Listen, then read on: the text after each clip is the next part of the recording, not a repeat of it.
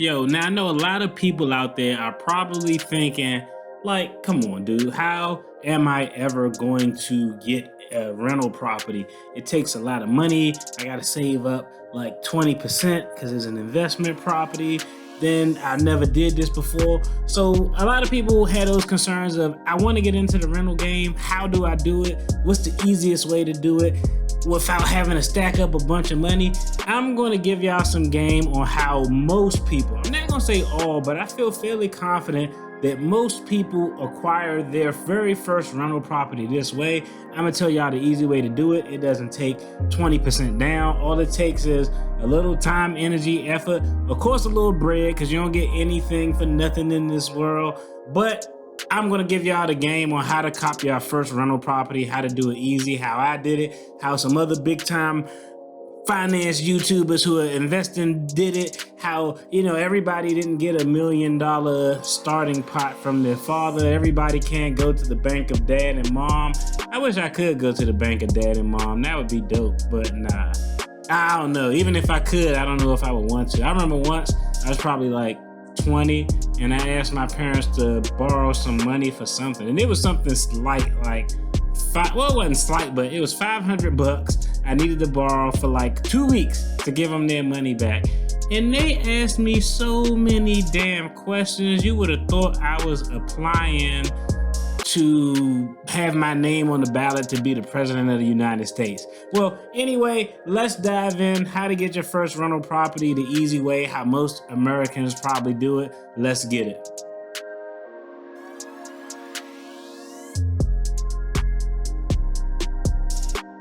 I'm Marcus, you're the channel The Debt Free Dad, where we're talking finances, financial takes, financial topics, letting y'all know what we got going on as my family's on this journey to become first generation millionaires, and trying to share some gains so y'all can learn from my wins, losses, and overall opinion. Licensed attorney, not your attorney, not legal or financial advice. The opinions and views expressed in this video are that of the host, me, the Debt Free Dad, and do not constitute any type of professional advice. It's only entertainment purposes, letting y'all know what's going on in the household of the Debt-Free Dad. Now that all those disclaimers are out of the way, let's talk about the easiest way to cop a rental property. A lot of people on videos talking about rental properties. We saving for our second, our third, our 29th rental property, buying multifamily homes. A lot of people are making a lot of moves, doing a lot of positive things. And a lot of times y'all probably was like me at one point, just sitting back watching the video like, damn, okay, I see y'all saving all this money up, but I don't got enough bread to save up $30,000 or $50,000 to have an investment property. How can I get in the game and do it as easy as possible, have the smoothest transition possible? This is how most people, I believe, this is a debt-free dad-ism. This is one of my opinions. I think most people get into the rental game this way. They actually buy a home as their primary residence, live in it for a while, and then flip it into a rental property. Now, there are some rules that you have to take into consideration when doing this. Let's talk about it. First and foremost, your first home is probably going to be the best property asset you have to use as a rental property. You know why? Because your first home is exactly what it is. It's your first home. It's a starter home. By the time you on your second and third primary residence, is not a damn starter home. You're looking for a abode. You're looking for a palatial estate. You're looking for that BS term forever home. So that first home is probably the best home that you'll have, the best property that you'll have to be actually used as a rental property. Because when you're going into the rental market, there's a few things you don't want to do. The first thing, I actually wanted to title this video, Why You Should Cop Your First Rental Property in a Trap, but that was frowned upon by the other associates here at DFD Creative Media. So now back to it. The reason why your first home is perfect is because it's a starter home.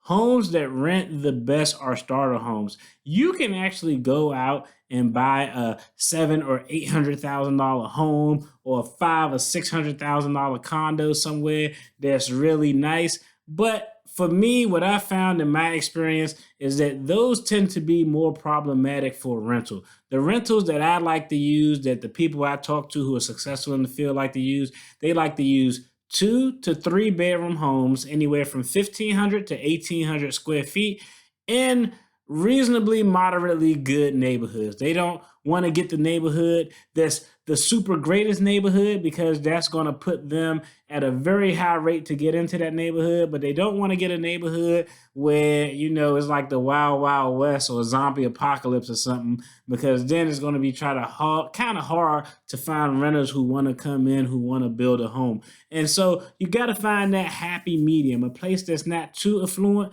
but a place that's not a goddamn war zone.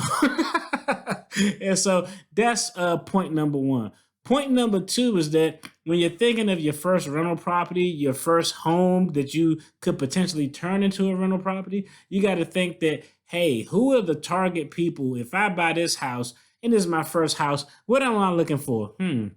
I want to have a couple of rooms, because if me and my lady don't have kids, we probably going to have a kid. It would be cool to have a basement, maybe a little small yard, just something so a big head toddler can run around, something to that effect. Those same things that you're looking for in your first home are what a lot of renters who are looking for. So the target audience that I target when it comes to renting homes are young couples who may not have children, couples who have their first child. They're looking for a 2 to 3 bedroom place. They want to have a room for the parents, a room for the kids, and maybe a guest room or office space or something to that effect. A small, modest yard where they can have a dog and their big head ass kid can run around.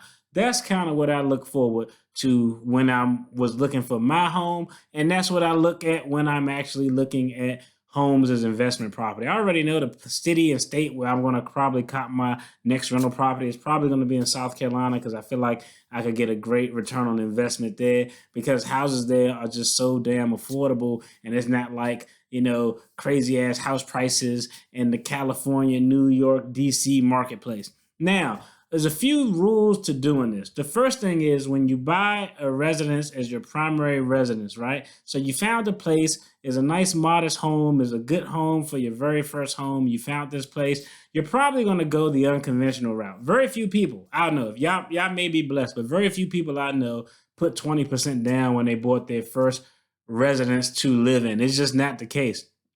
Most people get an FHA loan. They get that FHA loan. They put somewhere between 3 to 5% down, and that's what they roll with. Damn, brother had to swallow like a mug right there. I know y'all don't want to see you drink. Finish talking about the properties. All right. So most people put 3 to 5% down, FHA loan. They get into the home. That's their primary residence. Here are some of the things you need to know and take into consideration when you're looking at flipping that property into your very first rental, which is the way most people do it, which is the way that I did it. The first thing is, when you have that FHA loan, you put 3 to 5% down, you're going to have to pay a PMI. You're going to have to pay PMI. PMI is essentially insurance, not for you, but for the lender. Just in case your ass can't afford to pay your mortgage no more, they actually get paid. That's kind of what PMI is insurance for them, not for you. The only way to get rid of it is you have to have 20% equity in that property. That's why that's why 20% is the magic number. That's why if you're investing and you're actually buying an investment property to use off the jump, off the grip as an investment property, not like what I'm talking about right now, primary residence converting an investment property. If you're buying an investment property to use off the grip as an investment property, a lot of lenders want to see you put 20% down, because they know you have a little bit of skin in the game. If you got some skin in the game, they're like, okay, we're going to work with this dude because he put 20% of his own money down. But for this scenario, primary residence, FHA loan, 3 to 5% down. The first thing you got to understand is the average person stays in the home 5 to 7 years. So on the front end, you got to know you're probably going to stay in this house somewhere between 5 to 7 years. So what are some of the things that you want to do between this 5 to 7 years? Well, the first thing you want to do is, if possible, build a good relationship with the neighbors and the people who live around you. That's always a plus. It was beneficial when I had tenants coming in. My neighbors can give me the lowdown on what was going on, who was going on, all that good stuff. Because that stuff is kind of outside of the property management company's purview if you elect to use a property management company when you do convert it to a rental property. So get in good with your neighbors. Make sure you talk to your neighbors. Make sure you're being neighborly. That's point number one. Because you are probably going to be in this residence for a while, over this 5 to 7 period where you're living in this residence as your primary residence and you're making your payments, you want to focus on eliminating the PMI. You want to focus on getting a 20% equity stake in that primary residence you have before you convert it to a rental. Now, there's a few ways you can do this. You can do it the easy way over the 5 to 7 years while you're consistently making your mortgage payment. That principal goes down. The next thing you know, wow, you paid off 20% of your loan balance. At 20% in most states, states vary, but in most states, at 20%, you can actually request to, no, scratch that. At 18%, you can actually request to have the PMI removed in the state of North Carolina, where I had a rental that I sold. At 18%, you can request it. They probably weren't going to grant it until you got 20%. They kind of stuck by that. If you don't do anything, once you have 22% of your loan balance paid off, they have to move it by law. So that's the best way to do it. The reason you want to have a 20% equity interest in your property, 22%, you don't want to have any PMI, because once you turn that property into a rental, if you're getting $1,000 a month and your note is $600, you don't want to have to send you don't want to have to lose any percent of those profits, any percent of that margin to pay for PMI insurance. Let's say your PMI insurance was $100. Mortgage $600. PMI insurance is $100 a month, and you get $1,000 a month. Now you're only getting $300 a month of margin, $300 a month of profit, because you're still paying that PMI. So if you can get rid of that PMI, it'll put more money directly into your pocket. There's also another way you can get rid of PMI. I'm not a fan of it because it requires you to put a lot of capital, a lot of money up front. Some people, after 3 or 4 years on the property, they actually may have the property value. They'll have someone come out, tell them what the property is worth. If that property appraises for more than what they took out, boom, they automatically hit their 20% equity interest. But to have an appraiser come out is going to cost you some money. So just take that into consideration. You can do it the old-fashioned way, just keep paying your mortgage and watch that principal loan balance go down. Or an alternative, you can come through, get a whole new property assessment, see how much that property is worth. If you have a 20% equity stake in it, you can get rid of that PMI. You just know that you're going to have to pay for that evaluation, for that assessment of the property to see how much that property has increased since you purchased it. That is the easiest way to get an investment property. I think that's the way that most normal folks like you and me who don't have a silver spoon, hey, nothing wrong with the folks with the silver spoon, shout out to you. But I think that's the way that most normal folks actually flip properties into rental properties. I'll tell you, I've already been looking at what the going rental rate is for my place right now. And honestly, it's probably about 1,100 to 1,200 bucks more than what I'm paying for my mortgage. So I'm in the back of my mind, I'm like, man, this property value go up another $100,000. I might be looking at that point to move, cop something else, rent this thing out, and just kind of flip it that way. That's kind of something that I'm thinking about, is always on the back burner, is always, hey, my mind and gears is always turned towards making money. So y'all let me know what y'all think. Anybody out there who got an investment property, is that the way y'all got y'all investment property? Did y'all just flip y'all first primary residence into an investment property, or you did it the unconventional way? You just kind of saved up that 20% and bought that first rental property?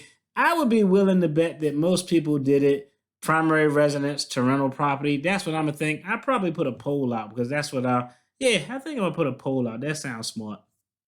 In any event, hey, I appreciate y'all tuning in. If y'all found any value in this video at all, if y'all laughed at how stupid I looked, if I said something smart, if I said something dumb, I don't really care. It is what it is. Y'all go ahead and hit that subscribe button. That was the worst. That was the worst advertisement. That was the worst promo for subscribing. If y'all found value in this content, hit the subscribe button, hit the like button. Make sure you turn on that bell notification so you can get all of the latest videos.